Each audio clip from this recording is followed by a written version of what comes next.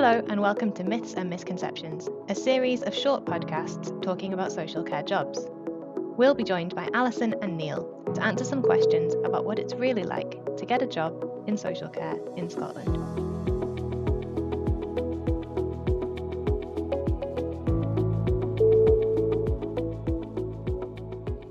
Hello again, this is Alison and Neil with the final podcast of our myth busting series.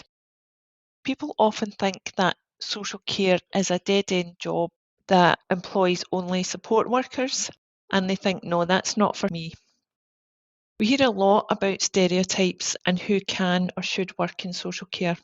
For example, men think the job's not for them because there's this idea that anything to do with caring is done by women. And young people often think they can't get into social care because a lot of the pictures show people in their 40s and 50s working in social care. Neil, is this correct? Not really. Social care can be for anyone of any age or gender. There are social care jobs working with children, adults and older people. Every one of those people has their own backgrounds, experiences and interests. We want our workers to be as diverse as the people we're supporting.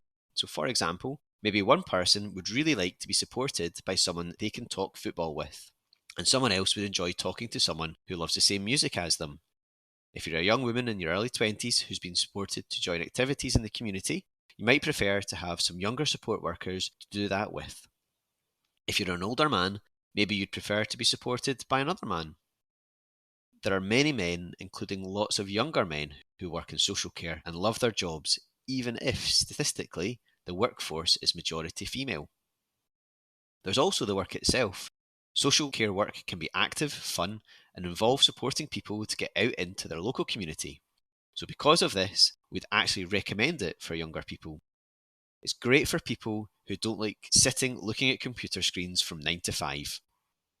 You're also a good example of a male worker in social care, because I understand that you worked in social care before you joined CCPS, is that correct?